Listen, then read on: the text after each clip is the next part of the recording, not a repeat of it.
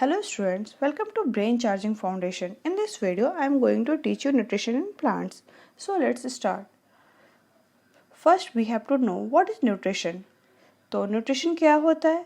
The process of taking food by an organism as well as the utilization of this food by the organism is called nutrition. हम खाना क्यों खाते हैं? अपने energy के लिए, अपने स्ट्रेंथ के लिए, अपने रीग्रोथ के लिए, अपने डेवलपमेंट के लिए. तो खाना खाना और उसका हमारे बॉडी के थ्रू यूटिलाइज करना ही न्यूट्रिशन कहलाता है. और according to the mode of nutrition all human beings को दो पार्ट्स में बांटा गया है, autotroph and heterotroph. So start करते ऑटोट्रॉफ्स. अगर आप ये वर्ड ऑटो पे जाएंगे तो इसका क्या मतलब होता है? ऑटो का मतलब होता है सेल्फ. ऑटो का मतलब होता है सेल्फ और ट्रॉप्स मीन्स न्यूट्रिशन. तो जो खुद का खाना खुद बनाते हैं उन्हें ऑटोट्रॉप्स कहते हैं. Autotrophs are organism that can produce their own food using materials from inorganic sources. And autotrophs is an organism that feeds itself without the assistance of any other organism. So autotrophs कौन होते हैं? जो अपना खाना खुद बनाते हैं, उन्हें किसी और के हेल्प की ज़रूरत नहीं होती. आप अपना खाना कहाँ से बनाते हो? आप राइस लेकर आते हो, वीट लेकर आते हो, एप्पल खाते हो, कुछ एनिमल्स को खाते हैं. मीन्स कि हम अपने खाने के लिए दूसरे पे डिपेंडेंट है. लेकिन प्लांट्स क्या करते हैं? Plants, all green plants are autotrophs और ऑटोट्रॉपिक मोड ऑफ न्यूट्रिशन. क्यों? क्योंकि प्लांट्स सन लाइट से, कार्बन डाइऑक्साइड गैस, वाटर, यानी कि these are raw materials, pure materials, इनसे वो खाना बनाते हैं ड्यूरिंग फोटोसिंथेसिस. तो जो पहले हम समझते हैं what is autotrophs. Auto means self, troph means nutrition. Means कि जो अपना न्यूट्रिशन खुद बनाते हैं, जो अपना खाना खुद बनाते हैं, उन्हें ऑटोट्रॉप्स कहते हैं. वो अपना खाना बनाने के लिए किन चीज़ों की रिक्वायरमेंट होती है?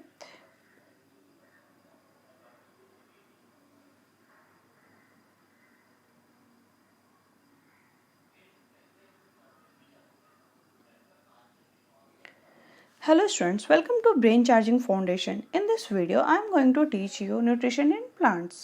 So, what is nutrition in plant? इसको समझने के लिए सबसे पहले हम क्या समझेंगे? What is nutrition? तो the process of taking food is called nutrition. The process. Hello students, welcome to Brain Charging Foundation. I am going to teach you nutrition in plants. So, let's start. What is nutrition? The process of taking food by an organism as well as utilization of this food by the organism is called nutrition. खाना बनाने और खाना लेने और उनको digest करने के process को न्यूट्रिशन कहते हैं. क्योंकि खाना जब हम डाइजेस्ट करते हैं उससे हमें एनर्जी मिलती है, हमारा बॉडी ग्रोथ करता है, डेवलप होता है, हमारे पार्ट्स डेवलप होते हैं और इन सब के लिए रिक्वायर होती है न्यूट्रिशन की. The method of obtaining food are called mode of nutrition. किस मेथड से हम अपना फूड लेते हैं इसे मोड ऑफ न्यूट्रिशन कहते हैं.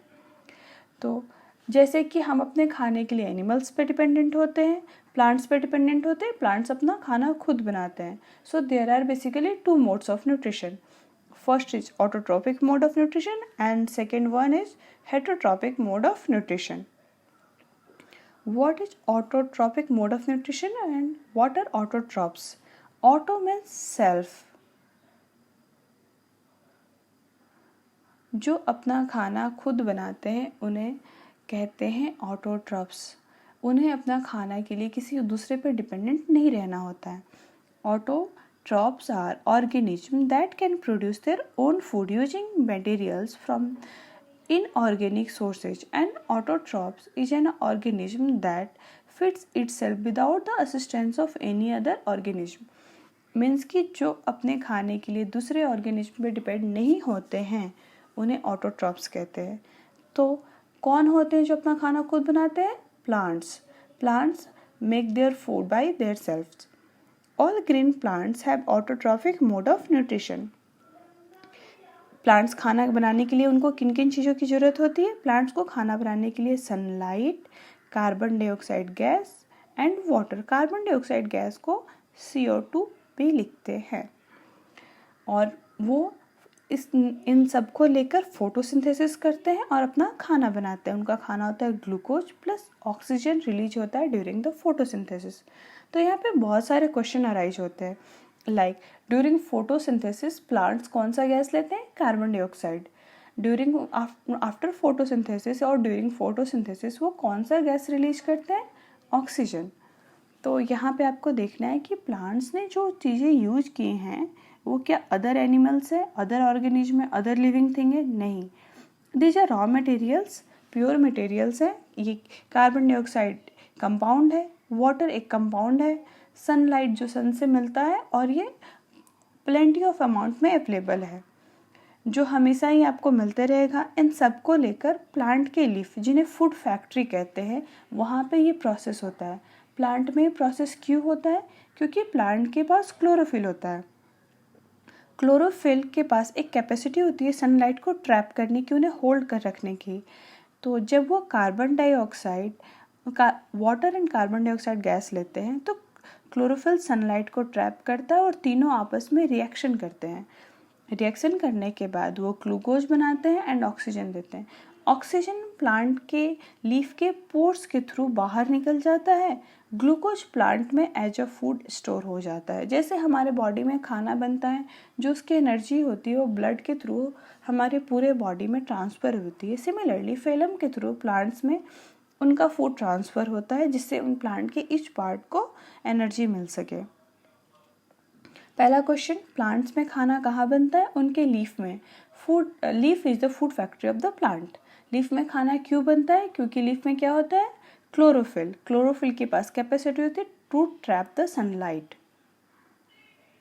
नेक्स्ट क्वेश्चन, आपने बहुत सारे ऐसे प्लांट्स देखे होंगे जिनके leaf green, yellow, red other than green है। क्या वो फोटोसिंथेसिस करते हैं? Yes, they can also do photosynthesis. क्यों?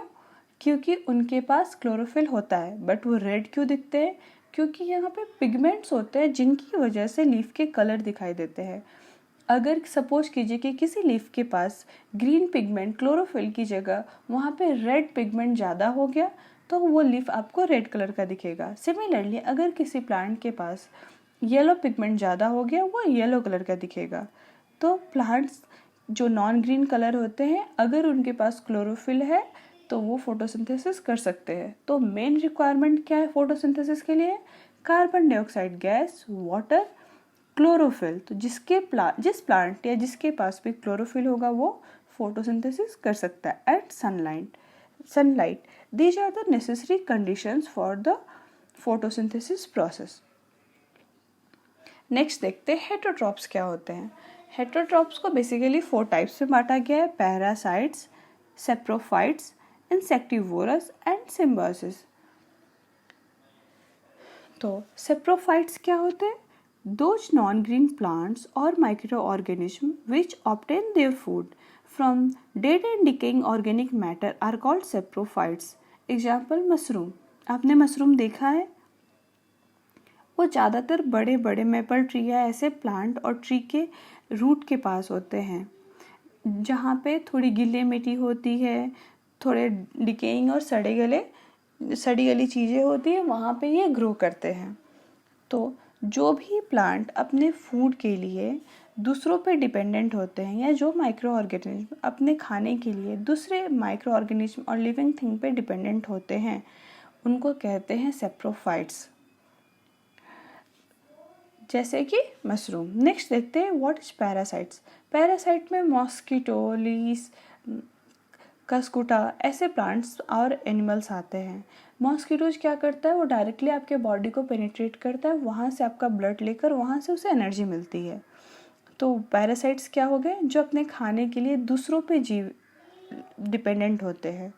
दोनों में डिफरेंस क्या है? Saprophyte and parasite. Saprophyte dead decaying body पे डिपेंडेंट होता है, पैरासाइट लिविंग ऑर्गेनिज्म पे डिपेंडेंट होते हैं।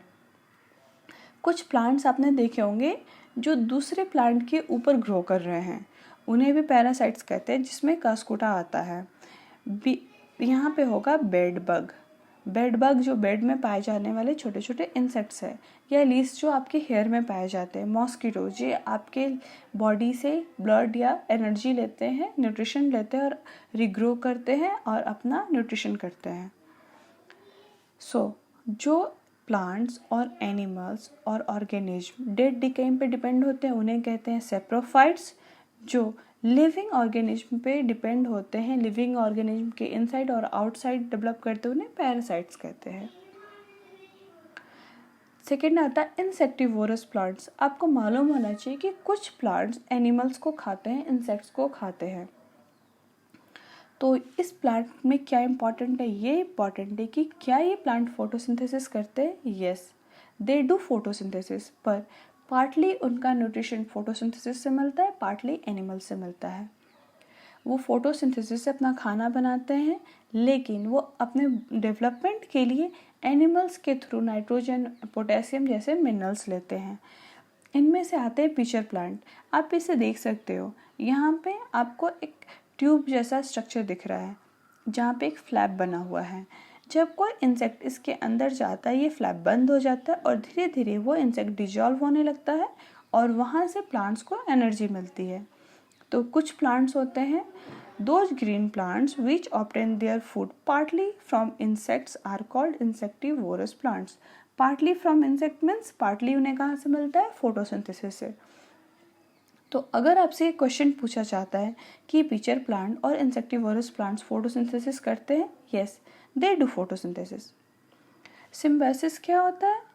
आपने कभी किसी प्लांट के रूट्स को देखा है? कुछ प्लांट्स के रूट में आपको छोटे छोटे वाइट सर्कल स्फेरिकल शेप में मोल्ड्स मिलेंगे। ये क्या होता है? सिम्बायोसिस इन्हें क्यों कहा जाता है? क्योंकि ये अपने खाने के लिए दूसरे पे डिपेंडेंट तो होते हैं पर दूसरों को भी बेनिफिट देते हैं। जैसे कि पी प्लांट के रूट में राइजोबियम बैक्टीरिया होता है। राइजोबियम बैक्टीरिया क्या करता है कि एयर के नाइट्रोजन को वाटर सॉल्युबल बनाता है, फिर प्लांट्स रूट्स के थ्रू वो नाइट्रोजन ले पाते हैं, न्यूट्रिशन ले पाते हैं और अच्छी तरह से ग्रो कर पाते हैं। सिमिलरली ब्लू ग्रीन एल्गी और फंगस। एल्गी के पास रूट नहीं होता है, बेस नहीं होता है, वो फ्लोट करते रहता है।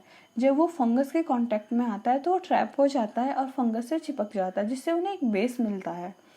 फंगस क्या करता है? वाटर से minerals and water blue green algae तक पहुंचाता है। ग्रीन एल्गी फोटोसिंथेसिस करते हैं, खाना बनाते हैं, खाना शेयर करते हैं फंगस के साथ। इस तरह से दोनों को न्यूट्रिशन मिलती है। The living together of the two different species of और plants as if they are parts of the same plant and help each other in obtaining food is called symbiosis. Example क्या है? lichens, rhizobium bacteria in the root of pea plants. Rhizobium bacteria pulses के root में भी मिलता है। इस वजह से पल्सेज क्या करते हैं? सॉइल में नाइट्रोजन फिक्सेशन का काम करते हैं। तो बेसिकली पल्सेज में नाइट्रोजन फिक्सेशन नहीं कर रहे, नाइट्रोजन फिक्सेशन कौन कर रहा है? राइजोबियम बैक्टीरिया, जो एयर के नाइट्रोजन को वाटर सॉल्युबल बनाता है। प्लांट्स को जितने नाइट्रोजन की ज़रूरत होती है वो लेते हैं, rest of the nitrogen soil में ही रह जाता है। So class, hope you like this video. If you like this video, please like and subscribe.